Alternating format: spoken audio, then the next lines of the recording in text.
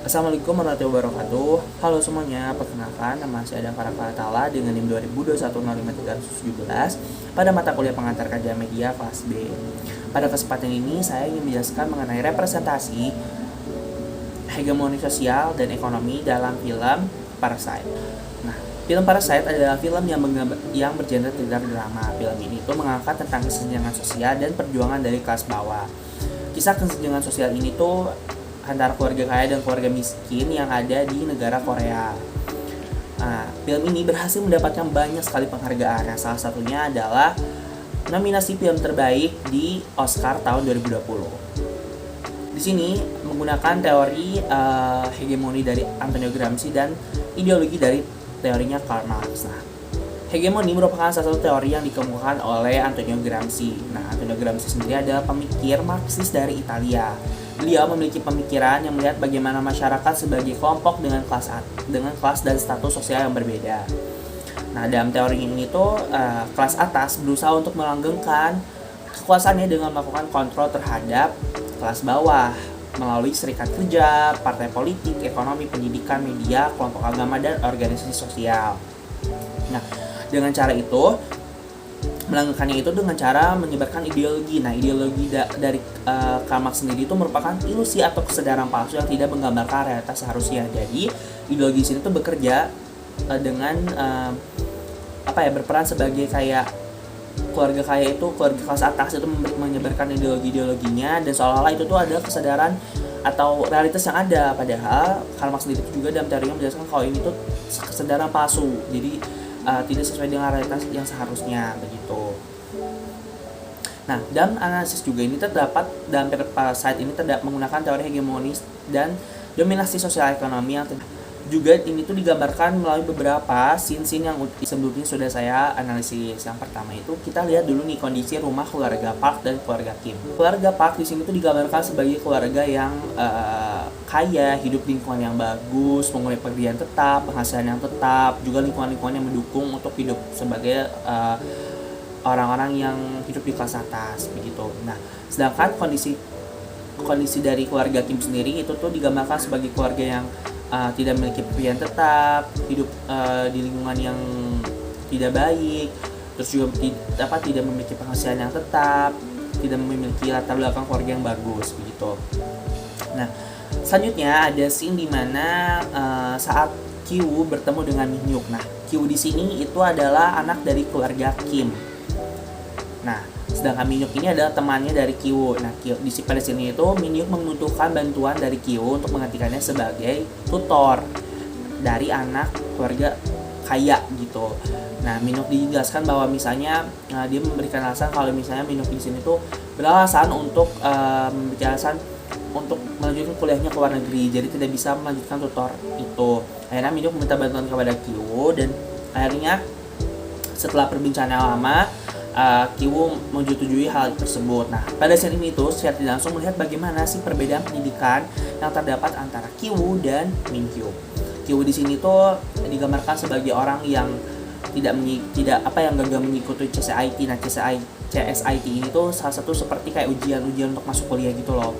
Sehingga di sini tuh Kyu tidak bisa berkuliah, tidak bisa mendapatkan pekerjaan yang baik. Sedangkan Min-hyuk itu berbanding terbalik nih. Min-hyuk di sini tuh digambarkan sebagai orang dari anak keluarga kaya yang memiliki latar belakang yang bagus dan memiliki latar belakang pendidikan yang bagus juga. Seperti itu. Lalu pada scene yang kedua nih, di sini itu terdapat scene di mana Tuan Park dan Kim berada di mobil dalam perjalanan pulang. Tuan Park ini adalah digambarkan sebagai sosok dari keluarga kelas atas, sedangkan Pak Kim di sini tuh sosok dari kelas bawah. Di sini tuh Kim sedang mengantarkan Tuan Park ke rumah dalam perjalanan pulang.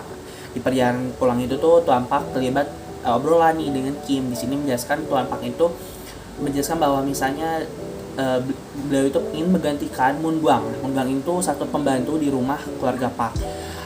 Tuan Park itu ingin menggantikan Moon Gwang dan mencari ART baru.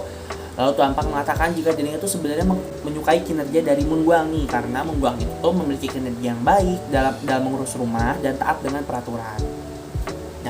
Dialog ini tuh secara tidak langsung menggambarkan bahwa Tuan Pak di sini tuh atau kelas atas itu menunjukkan bagaimana kelas atas itu menetapkan syarat dan peraturan bagi kaum buruh nih dalam hal pekerjaan. Juga Tuan Pak mengungkapkan jika dirinya itu tidak terlalu kesulitan dalam mencari pegawai baru begitu.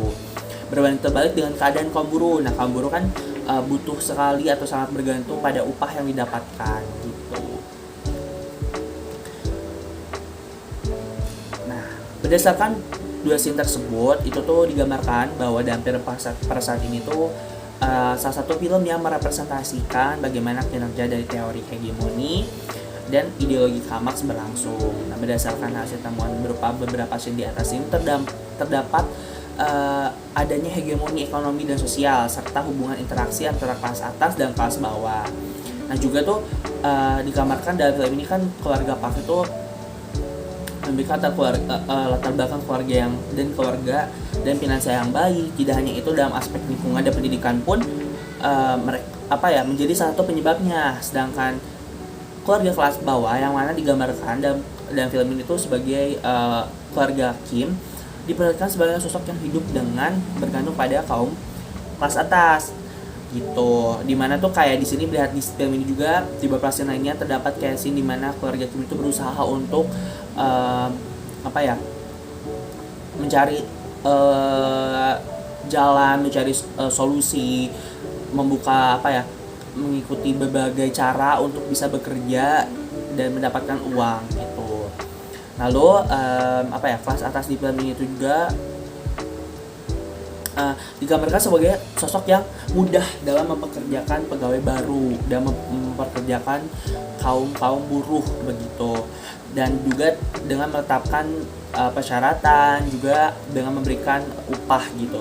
Jadi dalam film ini tuh sebenarnya digambarkan bahwa misalnya penggaungan yang dilakukan oleh kelas atas dan menyebarkan ideologi mereka itu tuh tidak dengan melakukan paksaan tapi dengan mengontrol seperti itu. Jadi kayak memberikan peraturan-peraturan yang membuat kaum buruh itu harus mau tidak mau mengikuti hal itu gitu. Nah, juga keluarga Kim di sini tuh dan Parasite ini tuh tidak langsung menunjukkan bagaimana usaha kelas bawah untuk mendapatkan status yang tinggi. Jadi kayak secara tidak langsung tuh menggambarkan bahwa misalnya keluarga Kim di film ini tuh bagaimana mendapatkan standar hidup yang layak gitu. Akhirnya mereka melakukan berbagai cara untuk bisa bekerja dan mendapatkan penghasilan seperti itu. Nah, seperti itu penjelasan dari adanya representasi hegemoni sosial dalam film Parasite. Mohon maaf jika banyak kesalahan, jika ada salah kata, jika masih banyak kekurangan. Assalamualaikum warahmatullahi wabarakatuh.